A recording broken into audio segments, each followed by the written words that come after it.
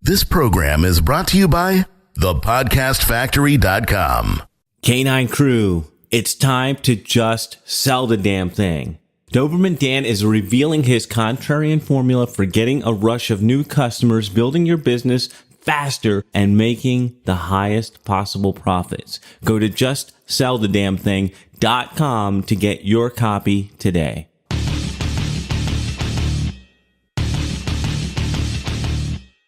Prepare yourself for the uncensored, nothing held back, no BS reality of how business and life really work. Doberman Dan is off the chain.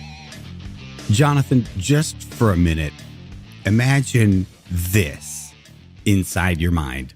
A zoo of lusts, a nursery of fears, a harem of fondled hatreds. Imagine how that feels. No kidding. That's what it feels like inside my head just about every time I sit down to write, by the way. Why do you write then? Probably because I'd be even more insane if I didn't. By the way, I forget where I got that. That's almost totally cribbed from some writer. A zoo of lusts, a nursery of fears, a harem of fondled hatreds. I forget who I cribbed that from, but I remember that and loved it. And I thought, I'm going to use that for something. And then I figured, like, you have to. The chaos that goes on inside my mind when I sit down to write. Well, hell, to be honest with you, just almost all the time it goes on. It just seems to be more apparent when I sit down to write. I thought that's like the ideal description. And I wrote it down to use it at a later time. And I should have wrote who I cribbed it from, but I do remember it being totally swiped. So at least you admit it. At least I admit it. Yes. Very decent. So here, with all that going on inside my head, you think I should be like the stereotypical melancholy writer.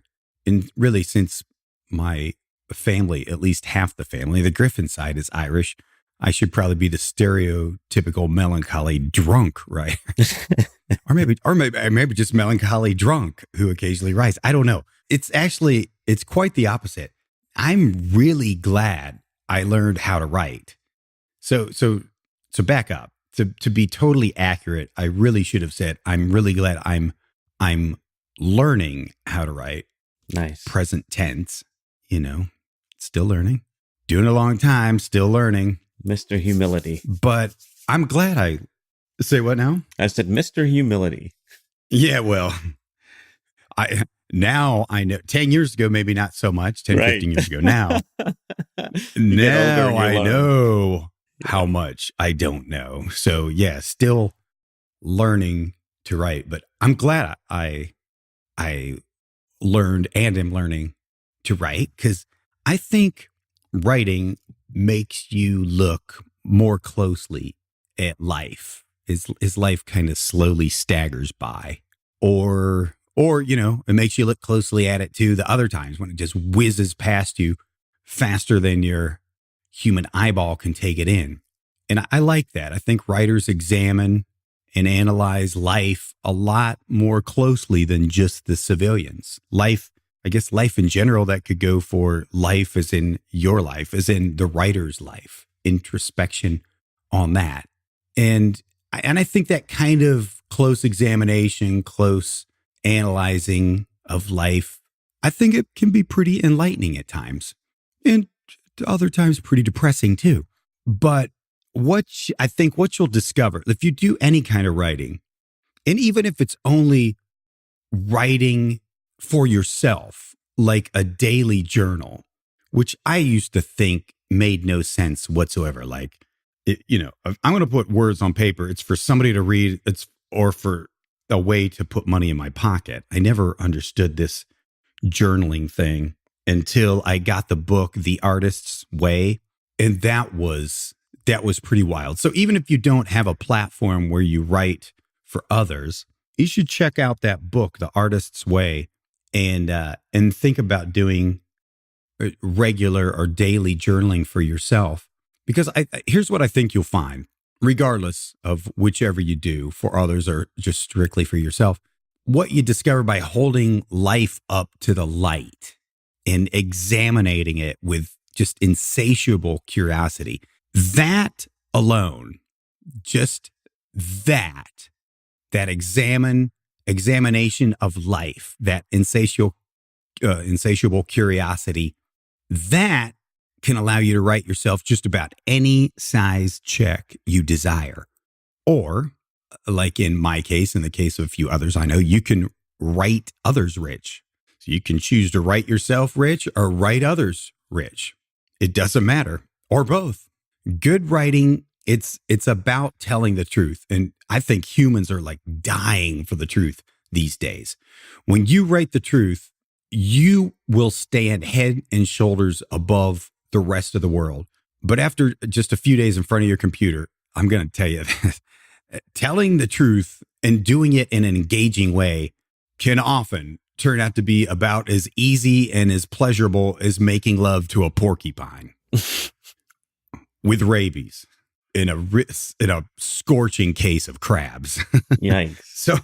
So I hear, by the way. I don't have personal experience with that, but so anywho, Allegedly. Here's a tip. Well, aren't you a funny guy? Allegedly. Anywho, here's a tip that I think will make that process, or at least I hope will make that process a teeny tiny bit less painful. Here's the big reveal. Here's the big secret. Write down all the stuff you told yourself that you'd never share with anybody. And that is when the honesty happens. And it'll probably scare the living crap out of you. It did me. It might for you too. Just breathe. All right. Deep breaths. Focus on your breath.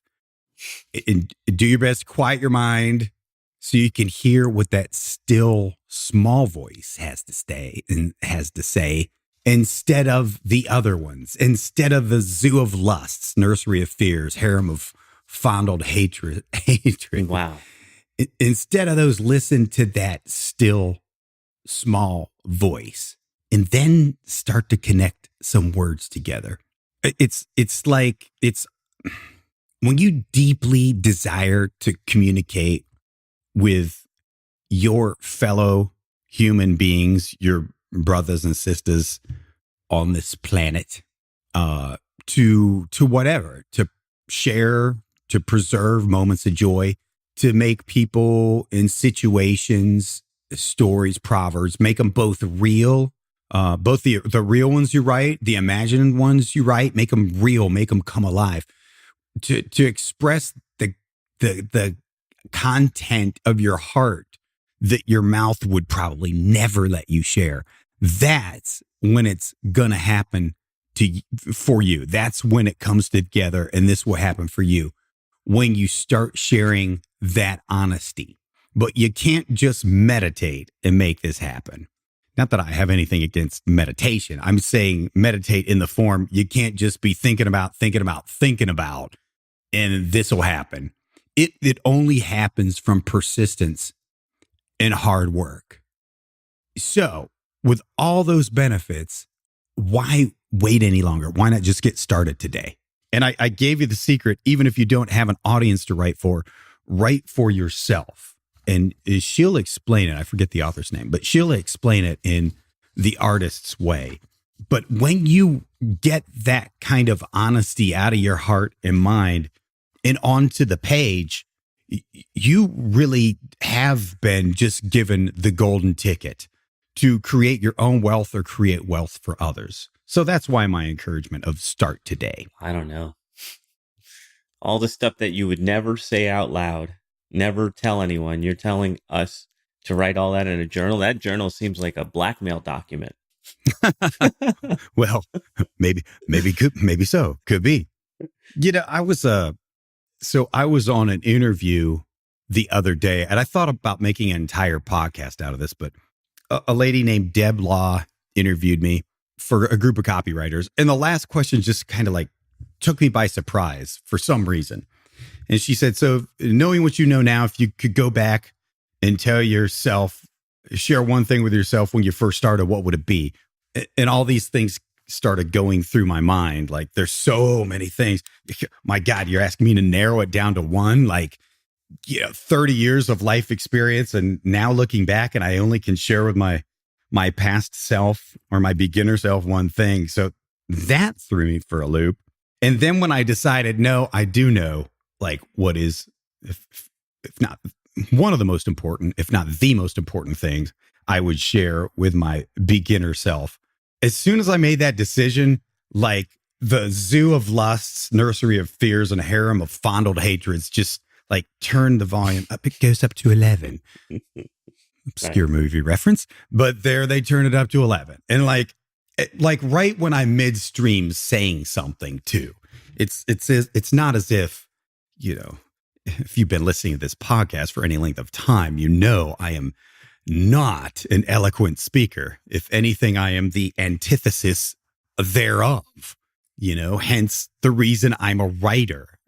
It's so much easier to organize my thoughts in writing. Like, and I'm not even talking about having the ability to go back and edit. Of course, that's beautiful. I love that too about writing. But I mean, just even first draft, I can put down much more coherent thoughts than come streaming out of my mouth.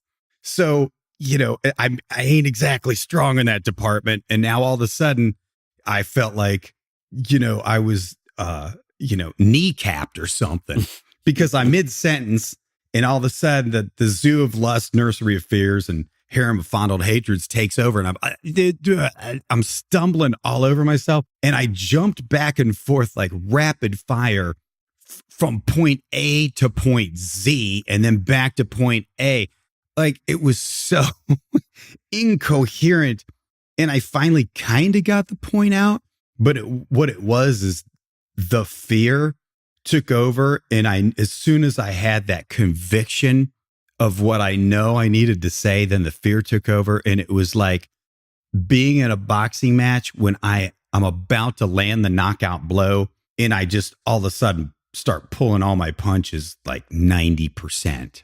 And, so that's why I say, think of the things you'd never want to share. And that's probably where you should start. It's easy to say that, much more challenging to do it. And it doesn't matter, do it via speech or the written word or whatever. It's equally hard, but that's where it needs to be. And that's like the things that I have written that have connected the most in the most impactful way, emotionally impactful way, were those things that I was scared to death to share. And now I've noticed a recent change in your platform, Jonathan, both written and video. You seem to be sharing not just business stuff, but some mindset stuff. And like you talked about gratitude the other day in a video. Oh, Dan, you're stalking me. I'm honored. Yeah, well, of course. Well, you share really good stuff, man. And I meant to ask you that the other day. Like, was this a conscious decision, or did you just decide, or is this in response to a question, or what made you decide to start sharing non-business related stuff via your platform? Dude, you want to hear something strange? I journal. And today I just wrote the weirdest shit in my journal, and it'll tie back into this, but I wrote, my greatest gift to the world will be my son. And then I'm like, fuck, I think I'm God. Like, I can't let anybody see this. But that's where the shift is coming from, Dan, is just like having the kid and kind of living through him too. And I have a little sister, which is interesting that you brought this topic of journaling up, because did you give us a tip that you would go back and give? I gave my sister that tip this weekend. She asked me if there was something, because she's being bullied in school and stuff like that. And she's like, if there's something you wish you would have known earlier, what's like the first thing? And that was exactly what I shared with her. I shared with her a journal and daily gratitude. And that's not like full blown journal, but taking time to be grateful daily will help center you and will help you attract more of those wins. And it's not like the secret. It's just that you're more aware, the reticular activating system, right? You're more aware of the things you love. So you notice more of them in your life. But it's having a kid. It's looking at how I can improve his life and just, I guess it's just being a dad, bro. Interesting. Well, being a dad has had a good effect on you personally and your business then, huh? We'll see. I don't know.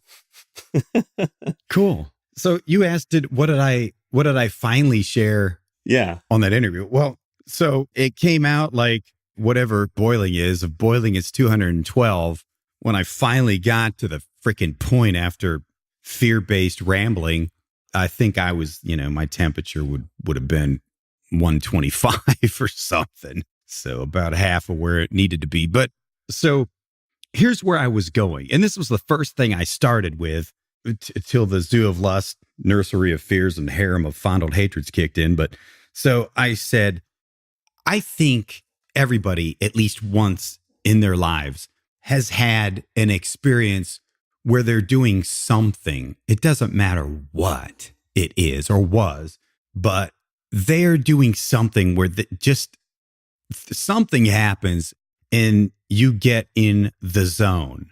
And when you're in the zone, it's just hard to describe, but it's almost like you are no longer the doer. You are the instrument through which the doer is working. It just takes over and you're just in the flow and you're super productive, creative, whatever it is, when you're in the flow. I mean, you've had that experience before, right, JR? Yeah, absolutely. It's magic. So I think everybody's had it with something, and I don't do a good job of describing it, but that's like the closest I can come. It just, everything becomes effortless. It's as if, all your struggling and that stuff is over, and it's just like if you're playing an instrument, you're not moving your hands. You are the observer watching your hands move, and something else is doing the work. It's pretty freaky when it happens. So what I was gonna say is that the biggest realization I've had, unfortunately late in life for me, that I would have loved to share with my younger self when he was just starting out in life or whatever in business is, so the biggest thing that held me back were self-doubts, and still to this day, self-doubts, and just, the bullshit you tell yourself in your head. But the self-doubts are programmed from a really early age.